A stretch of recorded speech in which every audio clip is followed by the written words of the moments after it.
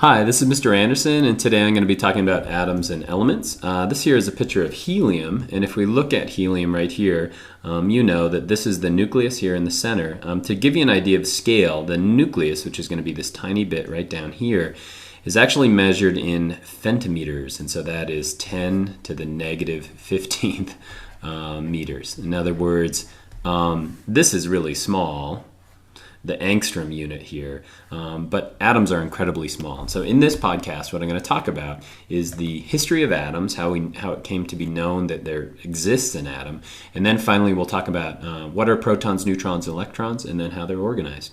Okay, so let's start a little bit with history. And so when we get into the modern day science, I love this guy. This right here is Mendeleev.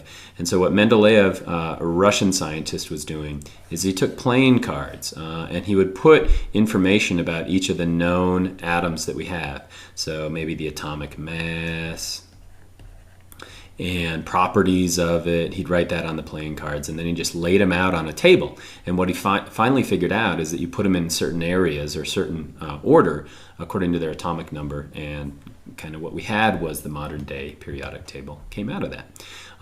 If you really want to waste some time, this is a wonderful website to go to. This is periodictable.com. This was developed by a person by the name of Theodore Gray. I think he also started Mathematica. But the cool thing about it is that you can click on certain things, and so this is like carbon, for example. And what you can get are these wonderful, he's collected all these different atoms, all these different elements, and he has real world examples of it, and then a bunch of properties of that as well. And so you could waste a lot of time looking at that. And I have an app for this on my iPad that is just really, really cool. And so I love this picture here because it shows you all the different things. And what you find on here is that there's all these relationships. So if we look, for example, right here, copper, silver, and gold are all organized at the same point on here.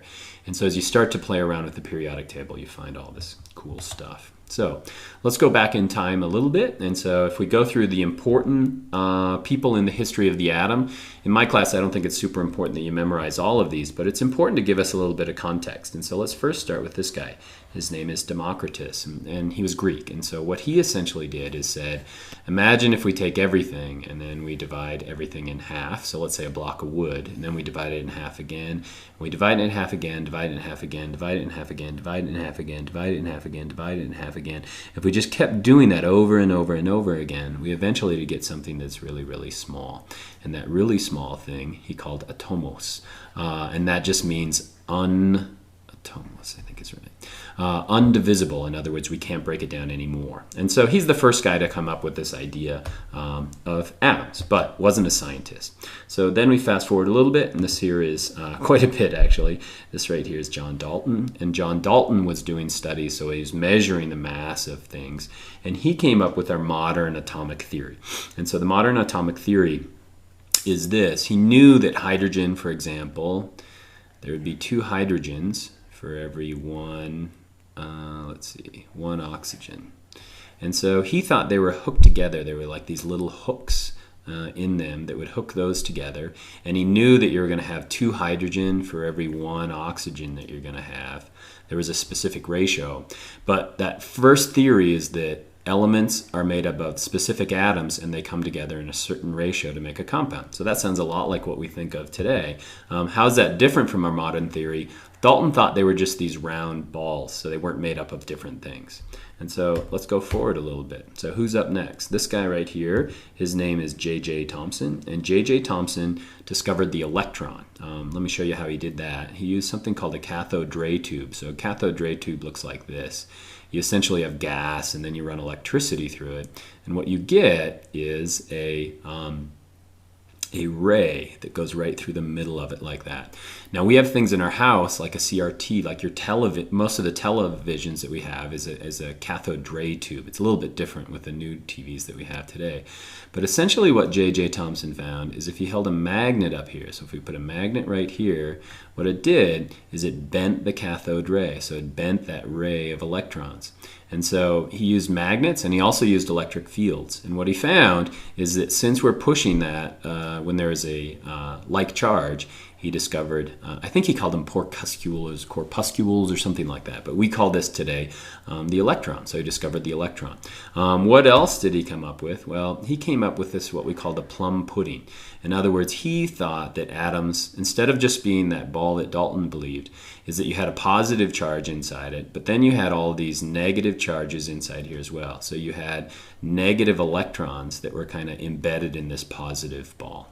Okay, so let's go forward a little bit and tweak that. So this is Ernest Rutherford. Ernest Rutherford's famous for his gold foil experiment. And essentially what he did is took a bit of gold, so this is gold foil, and then he shot alpha particles out of it. And so alpha particles were shooting out through here, and they would travel through the gold. He had a little sensor on this side that would sense where the alpha particles go.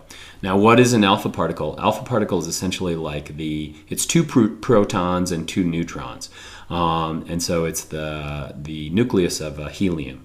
And so what happened is, as these alpha particles came shooting through, some of them would kind of be turned to the side, but occasionally one of these alpha particles would come shooting right back.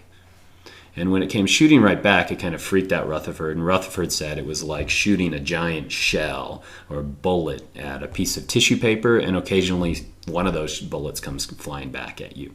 So what he had discovered was the nucleus. And he knew that it had a positive charge because those positive alpha particles were being shot back. So he discovered the nucleus. And so let's go to the Rutherford model. Rutherford model said that we had a positive charge in the middle, and then we had these negative electrons going around the outside. And so they went kind of zipping around the outside like that. And he realized that most of that space on the inside was that. It was mostly just space with a tiny little nucleus, because just a few of those alpha particles actually came shooting back out. All right, let's go next. Next, this is Niels Bohr. Niels Bohr, let's circle him down here. Niels Bohr is Danish. He works in Rutherford's lab, and the problem with Rutherford's lab is that they had discovered this positive charge on the inside and this idea that you have electrons going around the outside. But physics predicts that if you have a negative charge here and a positive charge out here, that quickly that negative charge is going to be attracted to it, and so the whole Rutherford model didn't really work. And so what did Bohr figure out? Bohr figured out that we've got this positive charge on the inside, we've got electrons going around the outside, but they go in specific orbits around the outside. So those electrons were not traveling here, but they had to travel in this specific orbit. And so that's the Bohr model, that you've got a positive nucleus and then electrons going around the outside in specific orbits. Okay, let's go next. Next, we get into the weird world of quantum physics. And so this right here is a man by the name of Schrödinger. Schrödinger is famous for Schrödinger's cat, if you've ever heard of that. And so what Schrödinger said is that electrons aren't particles, that they're actually waves. And so there's this duality. And so now we have this kind of competition between those people like Bohr, who said electrons are particles. Schrödinger said it was more like a wave. And so we had to sort out this. And so we eventually get to Heisenberg. But first, we've got this guy, Chadwick, and what Chadwick discovers is the neutron. It's weird, but it took us way longer to discover the neutron. That's because it has no charge, but it accounted for that mass. And then finally, we have this guy. This is Werner Heisenberg. And what Heisenberg figured out is that both Bohr and Schrödinger were right. In other words, what does an atom look like? It's got a positive charge, which we now know neutrons on the inside, but there's kind of this wave of probability out here. And so is an electron a particle? Yeah, but it's described by Schrödinger's idea of a wave. So we got pretty deep. But what is this? This is this quantum theory that we have today. It describes how electrons move.